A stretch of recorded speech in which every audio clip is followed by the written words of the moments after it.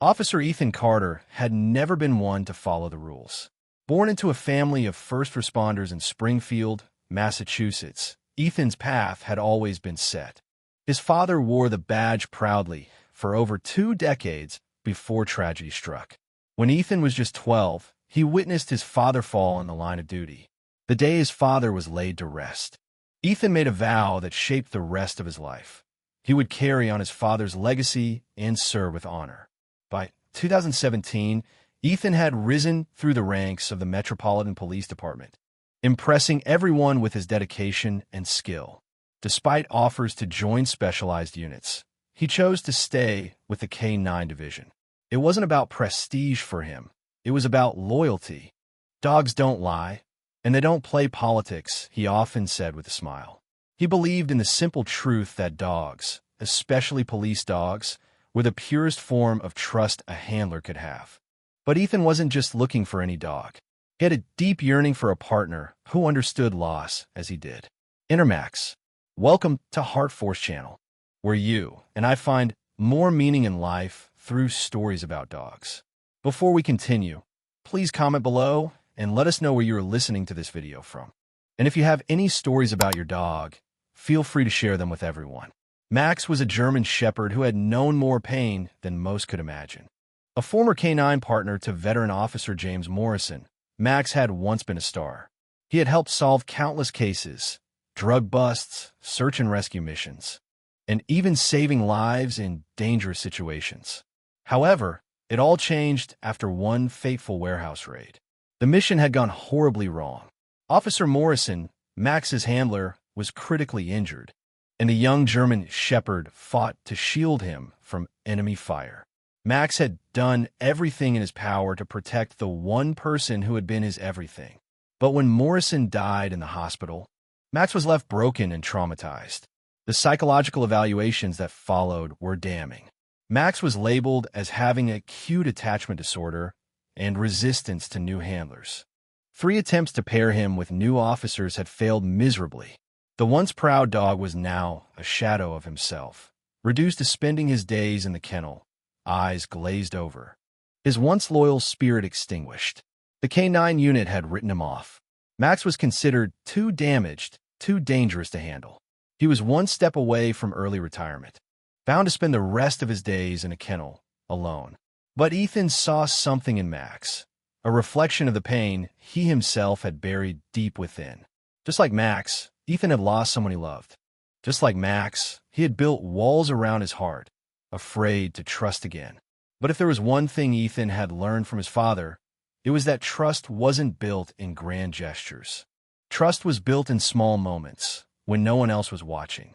So, against the advice of every trainer and the warnings of his peers, Ethan requested Max as his partner. "We're not looking for a dog. We're looking for a partner," Ethan told Captain Margaret Sullivan, head of the K-9 division, when she expressed her doubts. "Max has been through more than most dogs can handle. He just needs someone who won't give up on him." Captain Sullivan's skepticism was palpable, but she agreed to give the pairing chance. No one, not even the most hopeful K-9 trainer, thought it would work. The department's betting pool had given them 2 weeks, at most. But Ethan wasn't like the others. He didn't see Max as a broken animal in need of repair. He saw him as a mirror, a reflection of everything he was trying to overcome. The first day with Max wasn't promising. In fact, it could have been mistaken for a standoff. Ethan stood quietly at the entrance of Max's kennel, his posture relaxed but alert as he watched the German Shepherd eye him warily from the corner. Max's amber eyes were filled with suspicion, and every movement he made was slow, deliberate. He hadn't eaten in days. "I've seen this before," Ethan muttered to himself, remembering his father's quiet strength. Trust isn't built on grand gestures. It's built on the small moments. Ethan sat down in a folding chair with a worn leather book in hand. Every evening, after his shifts, he would return to the K-9 facility and read aloud, his voice steady and calm. He read John Steinbeck's Of Mice and Men, a story about broken dreams and silent bonds. As Max watched him, the dog's eyes softened just a fraction.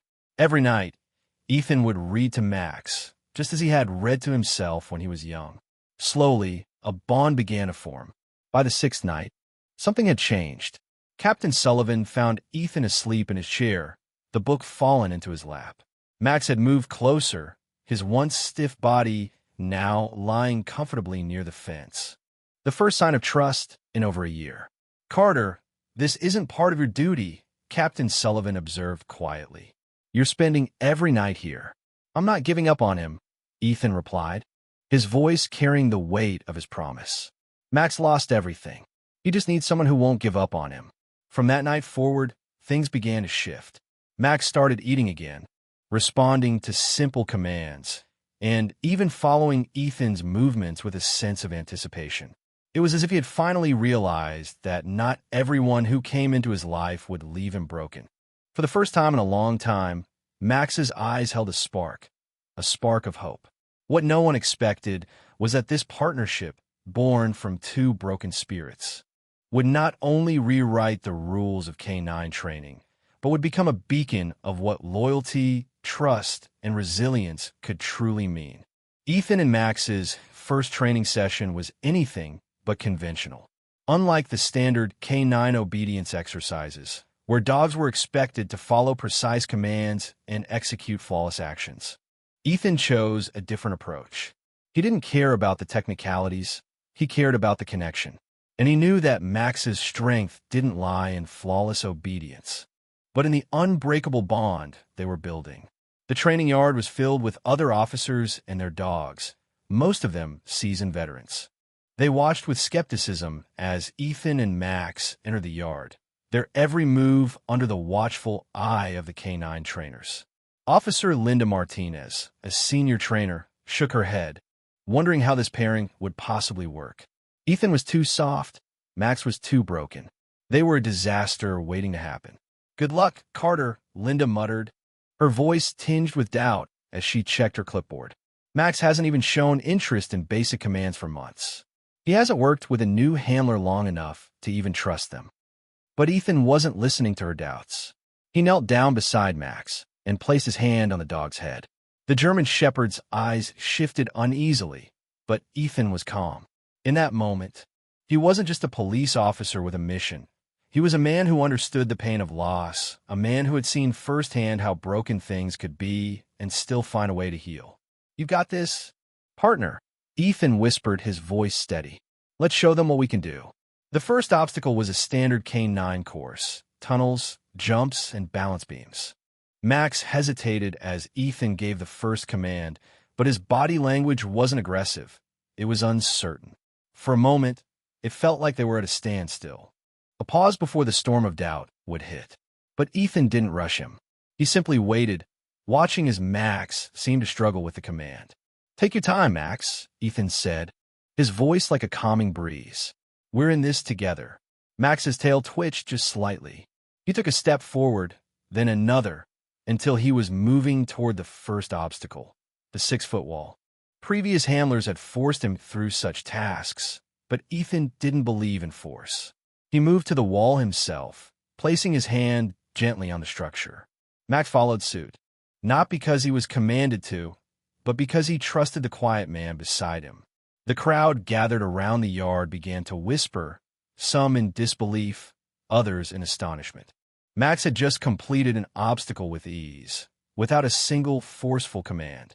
But the true test was still to come. The tunnel loomed ahead. It was narrow, dark, and claustrophobic. For a dog who had known trauma, the tunnel was a test not just of physical skill, but of emotional resilience. Max froze at the entrance, his body stiff with fear. The old Max, the dog who had been beaten by the world, was still buried deep inside. Ethan saw it.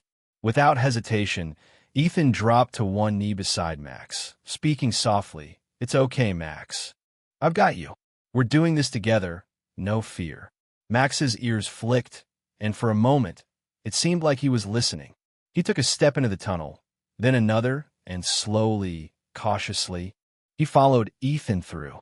The once stubborn dog, who had refused to work with any other handler, was now moving with purpose beside Ethan, as if he understood, really understood, that this man wasn't here to break him. The final test was the loud crash of a maintenance cart passing by. The noise startled Max, and his body stiffened, a response that had been ingrained in him after the trauma of the warehouse raid. His past had taught him to react with aggression or shut down entirely. But Ethan, calm and composed, didn't reach for his leash or yell at the dog. He sat down on the ground and pulled out his father's old badge. "It's okay to be scared, Max," Ethan said, his voice firm yet gentle. "Being brave doesn't mean you don't feel fear. It means you face it with someone you trust." Max, as if hearing the words for the first time, made his choice. He walked over to Ethan, his body quivering with anxiety, but also with a newfound trust. Ethan placed his hand on Max's head, grounding him, and the two of them sat there together, waiting for the tension to subside. The crowd, once skeptical, was now silent, watching in awe. When they finally completed the course, it wasn't perfect. They were 2 minutes over time, and there were technical infractions. Max had taken his time, hesitated, but he had done it in his own way. Despite this, the bond between handler and dog was undeniable. Max's bond to Ethan wasn't built on rigid training or force. It was built on something much stronger: trust. Captain Sullivan stepped forward with a quiet smile. "Technically, you failed the course," she began, her voice stern. The officers around them braced for the worst. "But you've done something I've never seen before." She looked at Ethan with respect. "You and Max are officially cleared for field training." The months that followed were filled with training sessions that could have broken any ordinary team. But Ethan and Max were no ordinary team. They had learned that true strength didn't come from perfection. It came from perseverance, trust, and a willingness to face each challenge together. By late 2017, Ethan and Max were gaining recognition in the department, not for their flawless execution of traditional K-9 methods, but for their ability to get results in unconventional ways. They had grown into something more than just a K-9 unit. They had become a symbol of what it meant to trust in something or someone when all odds were against you. But even with their success, they hadn't faced their real test yet. Ethan had been warned that not everyone in the department supported their methods. Senior officers like Richard Peterson had been vocal about their skepticism. Peterson had spent years perfecting the old ways of training K-9s: aggressive, disciplined, and efficient. He viewed Ethan's methods as a threat to the established order, a sign that the system was breaking down. Peterson wasn't alone in his doubts. There were whispers that Ethan was too soft, that Max's trauma had turned him into a liability. But those whispers only made Ethan more determined. He wasn't in this for the approval of his peers. He was in this because Max had no one else. And if there was one thing Ethan knew for sure, it was that he would never give up on his dog, no matter what. Then came a call. It was a late December night, and the temperature had dropped below freezing. Ethan and Max had just wrapped up their shift when dispatch came through with an urgent message: a missing child. 7-year-old Sarah Mitchell had wandered away from home in the middle of the night. Her parents frantic, searching the streets. The clock was ticking. The temperature was falling fast, and every minute that passed meant the child's chances of survival were shrinking. Ethan didn't hesitate. He grabbed Max's leash, and the two of them rushed to the scene. At the Mitchell household, panic hung in the air like smoke. Ethan's heart ached as he saw the worried parents standing on the porch, shivering from both the cold and fear. Detective Rachel Anderson was already on the scene, briefing the family and coordinating search efforts. "There's no sign of forced entry," Anderson explained, her breath visible in the frigid air. "No ransom note. We think she might have sleepwalked." Ethan nodded, kneeling down beside Max. The dog's ears perked up at the scent of the child's favorite stuffed rabbit, which her mother had handed over for the search. He could already see the determination in Max's eyes. "This is different from training." Ethan murmured to Max, "This is real. Someone's daughter needs us." Max sniffed the rabbit and immediately moved forward, his nose flaring as he caught the scent. The dog's movements were slow but deliberate, as if he understood the gravity of the situation. There was no hesitation, no doubt. Max had faced life-threatening situations before. He had known fear, loss, and pain, But in that moment, there was only the mission. There was only the child who needed to be found. They moved through the snow-covered streets, Ethan trailing closely behind. The city was quiet in the cold night, the only sound being the crunch of snow underfoot and Max's steady breathing. The German shepherd moved with purpose, his senses working overtime to follow the faint trail of the missing child. Max led them toward Riverside Park, where the sound of laughter and children's games had long since been replaced by silence and cold. The playground stood empty, its swings swaying gently in the wind. Max paused, his behavior shifting from a tracking mode to an active search. Ethan's pulse quickened. The change in Max's stance was unmistakable. This wasn't just a search, they were getting close. "She's here," Ethan said, radioing Detective Anderson. "Start moving units this way, but keep sirens off. Max has found something." Max circled the playground, then darted toward an old maintenance shed in the corner of the park. The door was padlocked, but the window had been disturbed recently. Ethan's flashlight caught the faintest glimmer of movement inside. "Sarah?" Ethan called softly, approaching the window. "Sarah Mitchell, it's the police. We're here to help." A faint whimper came from inside the shed, and then a small figure appeared in the window, shivering, wide-eyed, but alive. It was Sarah. She had taken shelter in the shed when she had gotten lost during her sleepwalking episode. "I got scared when I woke up," Sarah whispered as Ethan helped her through the window. "But I remember my mom saying to find a safe place if I'm lost." Max, once considered too broken to serve, stood guard beside the child, his presence providing warmth and comfort as the paramedics arrived. The dog, whose past trauma had made him a liability in the eyes of many, was now the hero of the moment. His quiet, steady demeanor had calmed Sarah's fears, keeping her grounded until help arrived. As Ethan and Sarah returned to the Mitchell home, Detective Anderson's eyes filled with tears. "You found her in 17 minutes, she said, her voice thick with emotion. The previous record for a similar search was 43 minutes. "How did you do it?" Ethan glanced down at Max, who was now resting quietly at his side. "Most handlers would have worked the grid pattern we learned in training," Ethan said, a smile playing on his lips. "But I trusted Max. I let him lead. Sometimes the best training isn't about following orders. It's about knowing when to trust your partner." That night, as Ethan and Max sat in their usual spot in the K-9 facility, a quiet sense of pride filled the air. The training had been hard, the doubts had been overwhelming, but together they had proven that trust, understanding, and resilience could overcome anything. Ethan looked at Max, his hand resting gently on the dog's head. "We did it, partner," he whispered. "We're just getting started."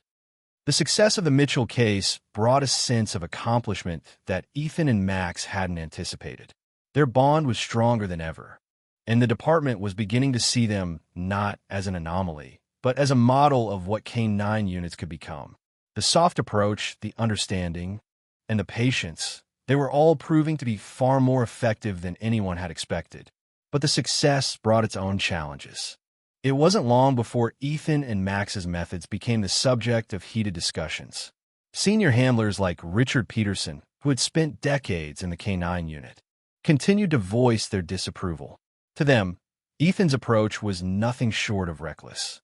In a world where precision and control were paramount, they saw Ethan's reliance on intuition and trust as a dangerous liability.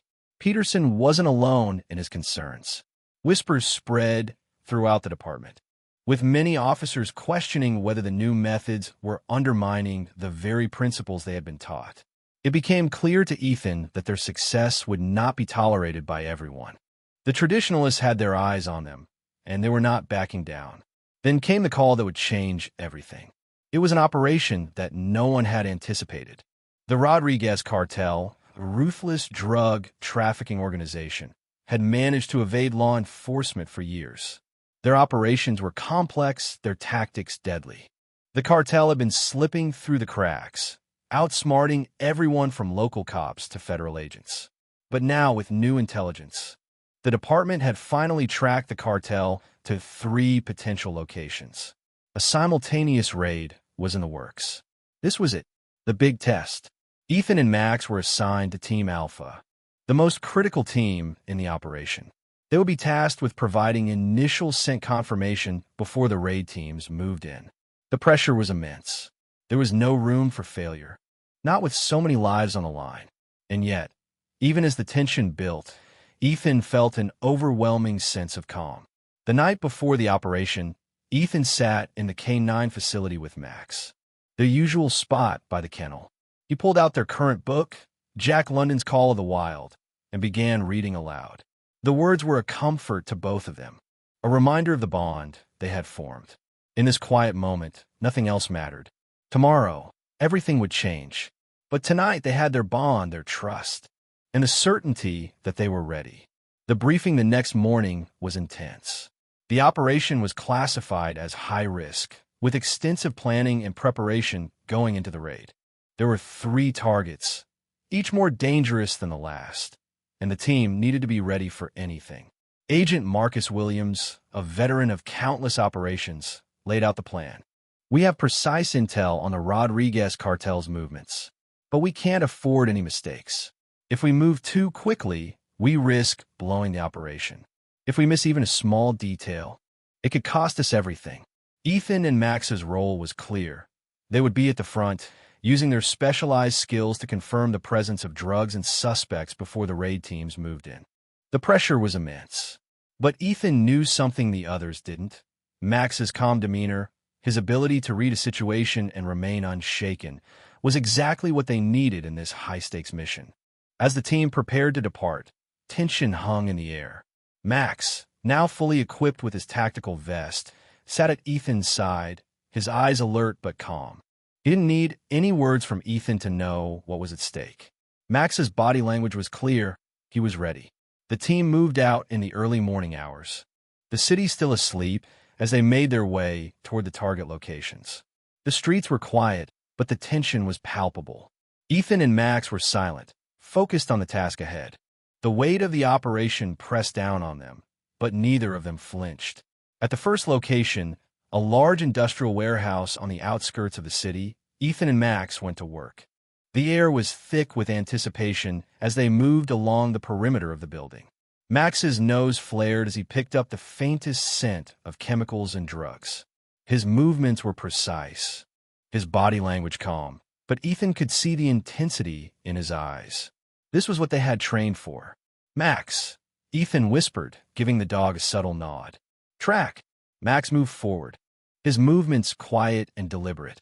The dog's nose worked in perfect sync with Ethan's commands, following the scent trail with a confidence that spoke volumes about their partnership. They moved with a precision that even the most experienced handlers couldn't match, their silent communication a testament to the bond they had formed. As they rounded the corner of the building, Max's body froze. Ethan's heart skipped a beat. He could feel the shift in Max's behavior, the same subtle shift that had once saved their lives during a previous mission. Something was wrong. Stay alert, Ethan muttered into his radio. Max is sensing something.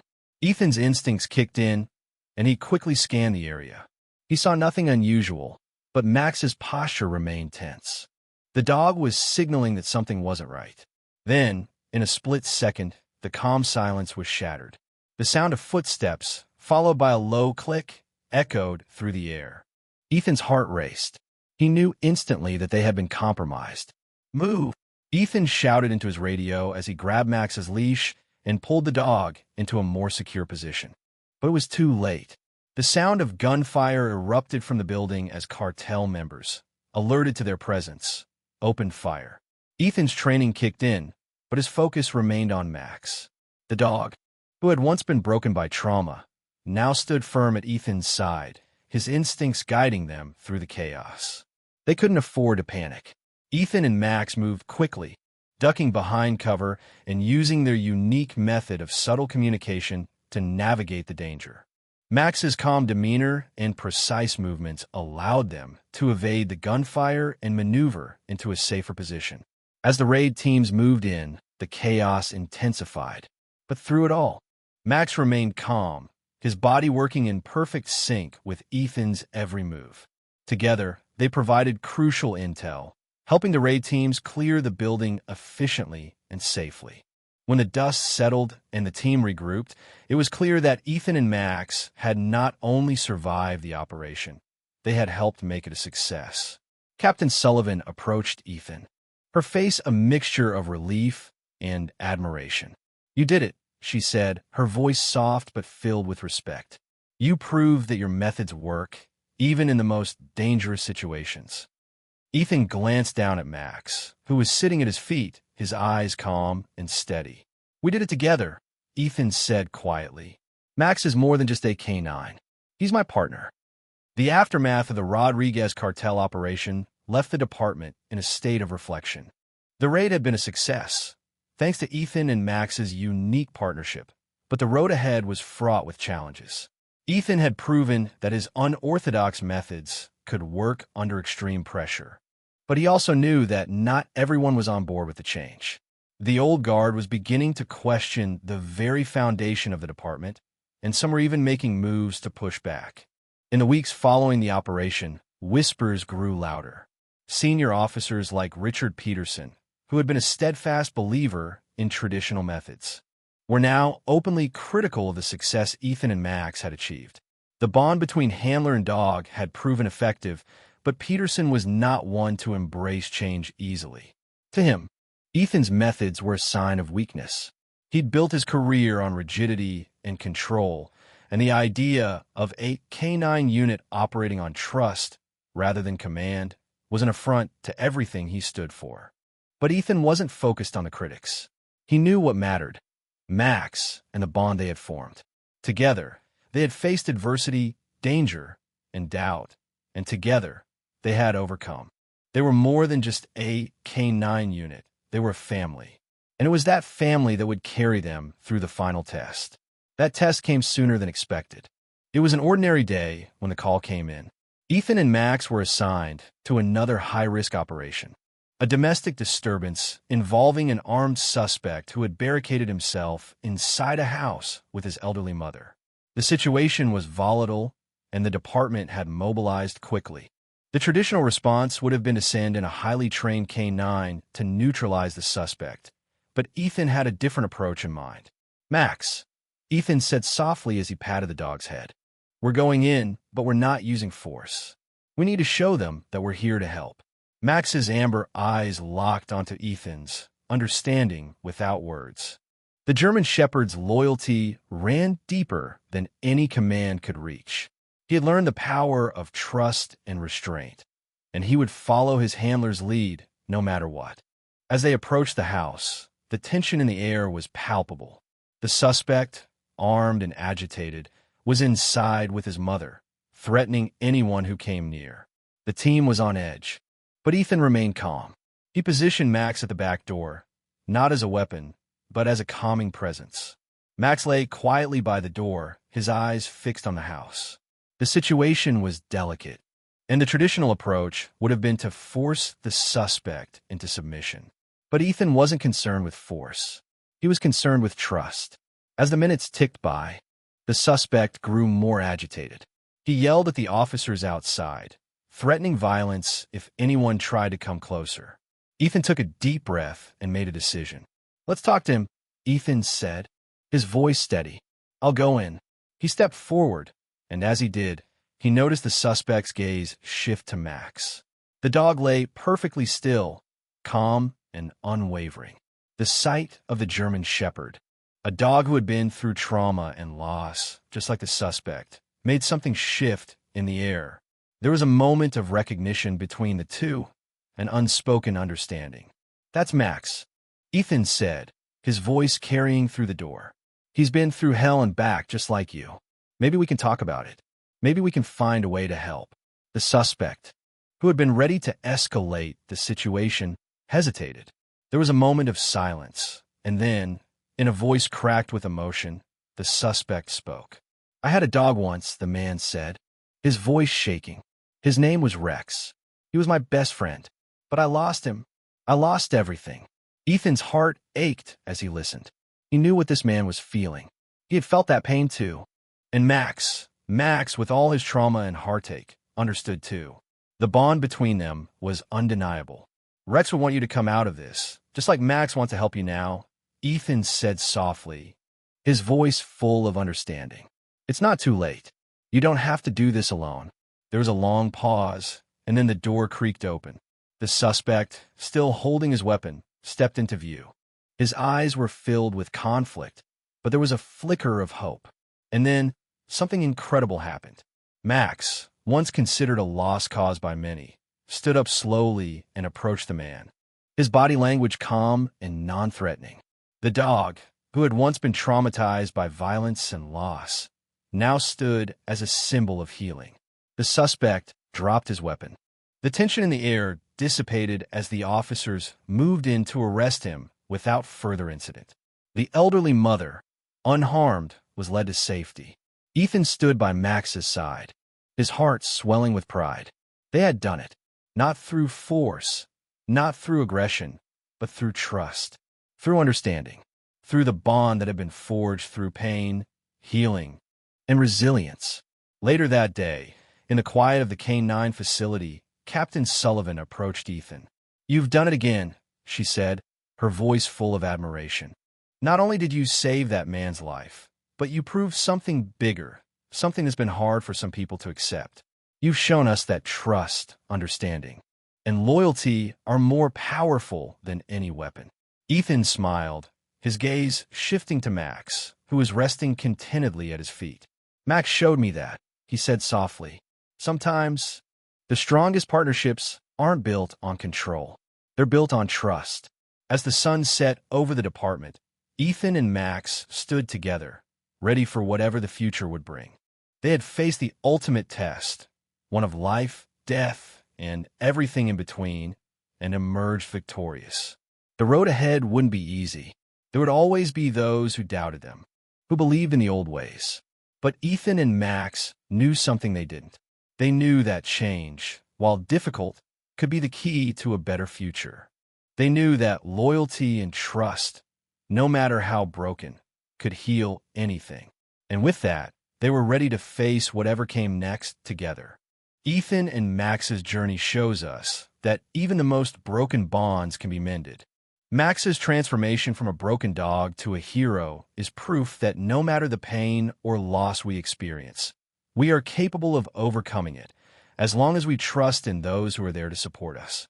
What did you think of Ethan and Max's journey? How do you think trust can change the outcomes of difficult situations in your own life? Leave a comment below and share your thoughts. And if you want to hear more stories of loyalty, healing, and resilience, don't forget to subscribe to HeartForce. Let's continue finding meaning together, one story at a time.